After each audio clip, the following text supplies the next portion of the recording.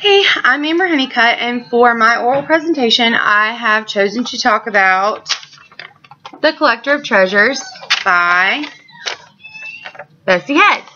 She was my favorite this semester, and I wrote several papers about this particular work because it was my favorite.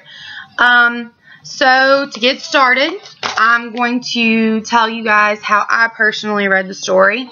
I read it as a criticism of the masculine hierarchy and the patriarchal society that was antagonized by the European white man during apartheid.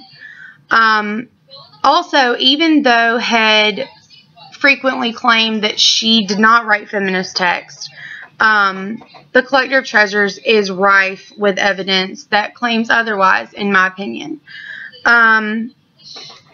The beginning of the short story is actually the end, in which the main female character, and I may possibly butcher this name, Dicolede, but it's the end of her story, and it allows the reader to immediately grasp exactly what's going on. In short, she has cut off her husband's phallus and killed him, thus removing the symbol of his control over women. The same phallus that he uses as an excuse to manipulate his wife and sleep around.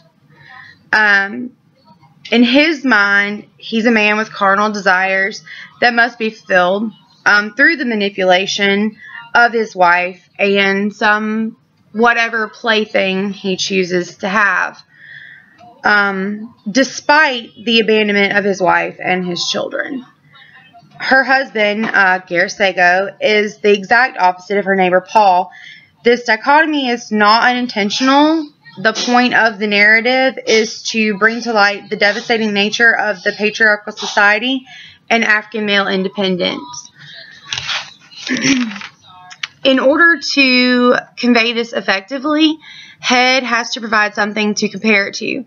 It isn't easy for those of us who exist outside of that time and space to relate to the plight of the Botswanan woman before, during, and after apartheid without the implications provided by Paul's marriage to Kenelepe. The effect would likely be not as powerful had she just written a story about a woman whose husband abandoned her and she killed him. This idea is further encouraged by the narrator's words regarding the two types of men in society after the introduction to the story.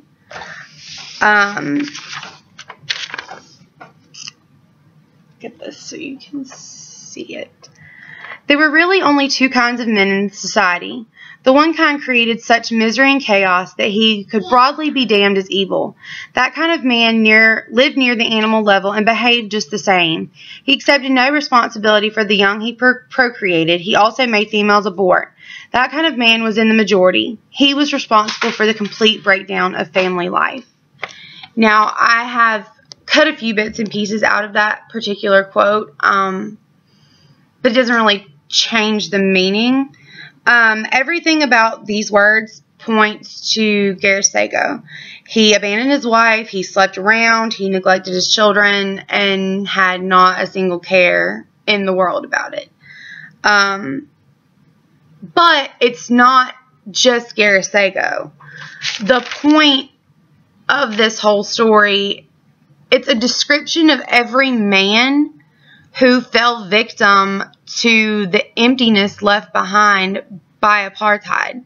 Men were left with so great a void because they lacked family life, they lacked emotional resources, and they lacked the ability to cope with their independence after everything that had happened to subject them to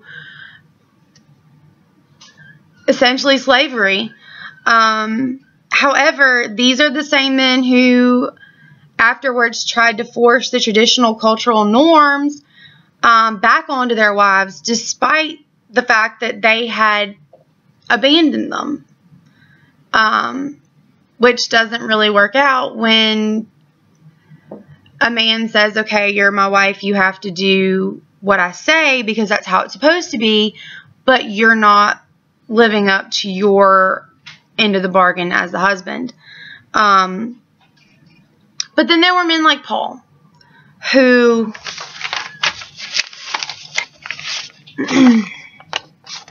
this is the quote from the story. There was another kind of man in society with the power to create himself anew. He turned all of his resources, both emotional and material, towards his family life, and he went on with his own quiet rhythm like a river. He was a poem of tenderness. I think that's my favorite line from the story. But the story has to have this heroic portrayal of the African man in order to emphasize the significance of Garisego as the adversary to both women and family life. But it's not enough to just make a comment about the other type of man. Head allows her readers to visualize this type of man as represented by Paul through years of Garisego's absence.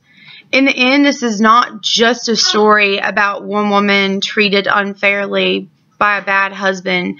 It's a commentary on the society that Head experienced. She saw it. She lived it.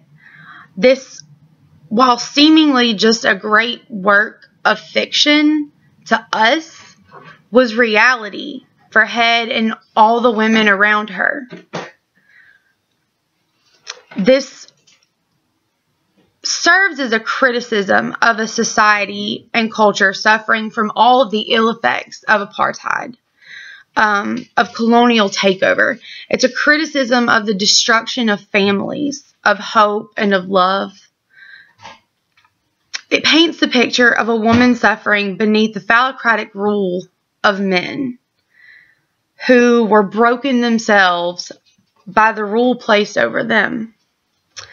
It details in brevity the immense consequence for attempting to assume the role of both the maternal nurturer and the paternal provider in a society blinded by its outdated customs that have become distorted by the devastation caused by apartheid. It's sad, powerful, and beautiful all at once, and in a way that can only be conveyed by the voice of experience. What I struggled with this particular story was finding a way to relate to something that I would never understand. It was painful for me to think about a woman who felt that she had no choice. She did what she had to do to give her children the best life. In the end, this to me was probably the most eye-opening, most powerful work that I read this semester, and I'm really glad that I had the opportunity to read the works that I read by Bessie Head and those that I read by Jamaica Kincaid and so many other things that normally we wouldn't be exposed to all at once.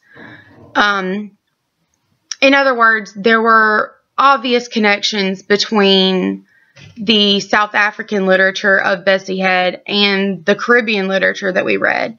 And there were even ties between the Caribbean literature and the Latin literature that we read. So to get all of that at once and see all of these connections was pretty amazing for me. So I will definitely carry this forward with me, and I think that it will be very beneficial for my future career as a high school teacher. So I hope everyone else enjoyed the semester as much as I did, and maybe I'll see some of you in some classes in the future.